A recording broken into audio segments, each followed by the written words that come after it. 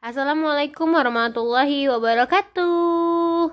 Nah, kita balik lagi nih di tema 8, subtema 2, PB 123, perubahan lingkungan. Sebelum kita mulai, kita baca doa dulu ya.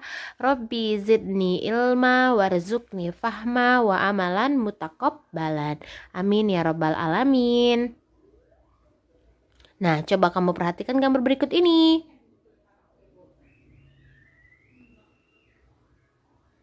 Nah, gambar tadi itu berhubungan dengan pembahasan kita hari ini mengenai siklus air tanah.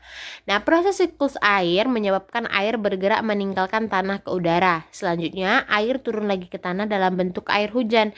Air yang turun ke tanah ini ada yang masuk ke sungai. Aliran air di sungai ini akan terkumpul kembali di laut. Selain masuk ke sungai dan mengalir ke laut, ada juga air yang tergenang membentuk danau.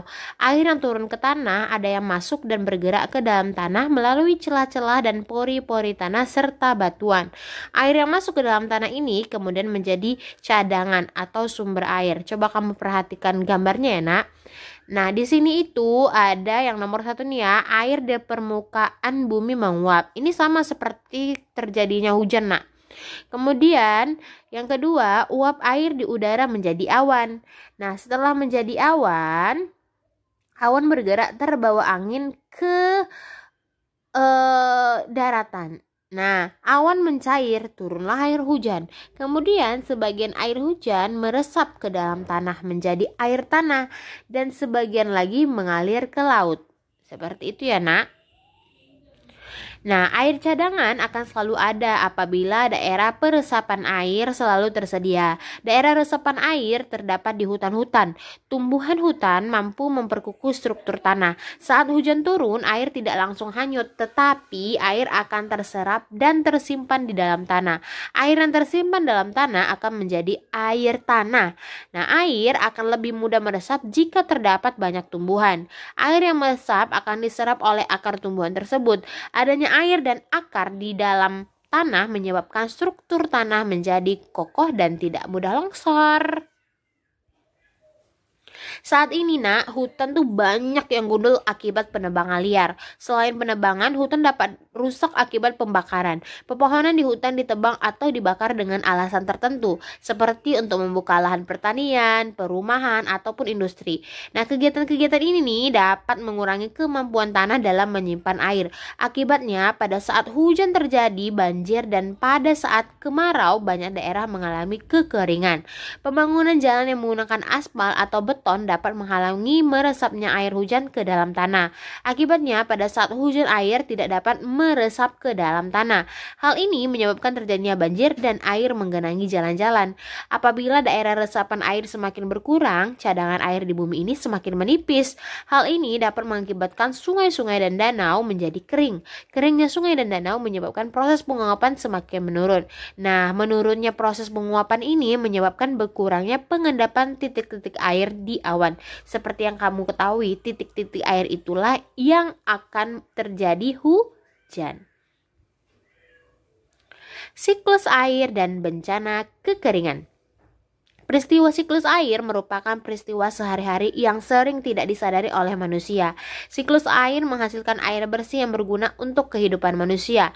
Manusia memerlukan air bersih antara lain untuk keperluan rumah tangga, keperluan industri, dan juga pertanian.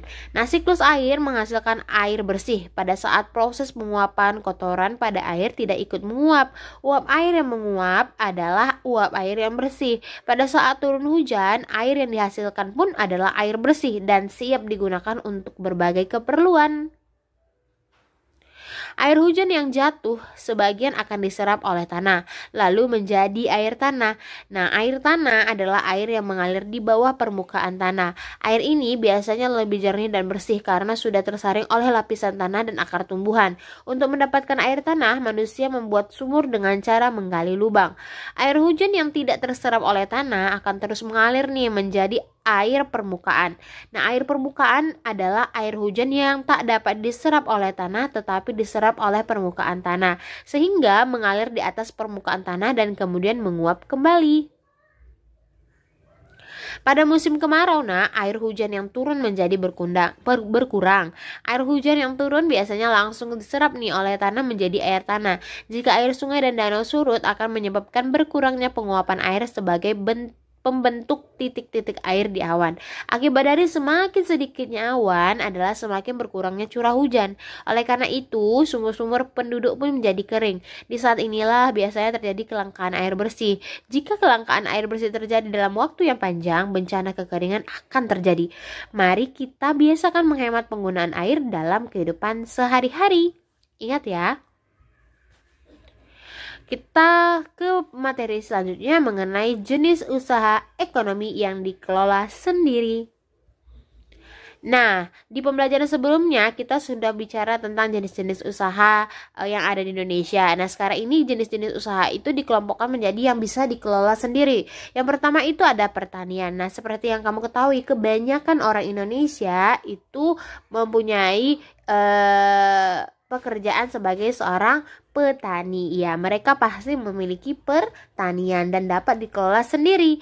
Kemudian ada juga perdagangan. Nah, misalnya pada gambar ini kan perdagangannya bapak-bapak ini adalah tukang asongan yang jual-jual sayur mayur, keperluan untuk memasak, bahan-bahan untuk memasak. Nah, ini juga bisa dilakukan sendiri. Kemudian ada jasa. Jasa ini seperti yang minggu lalu itu, jasa itu bisa berupa industri mobil kan. Nah, dalam hal ini adalah bengkel mobil. Bengkel mobil ini bisa juga punya sendiri ya kan, banyak nih di Medan itu jasa-jasa bengkel. Kemudian ada lagi industri kecil yang berupa anyaman. Nah, anyaman ini juga bisa dilakukan sendiri oleh pengrajin anyaman. Oke, itu aja dulu penjelasan dari Miss. Kalau kamu belum mengerti, kamu bisa menghubungi Miss langsung. Assalamualaikum, thank you for watching, bye-bye.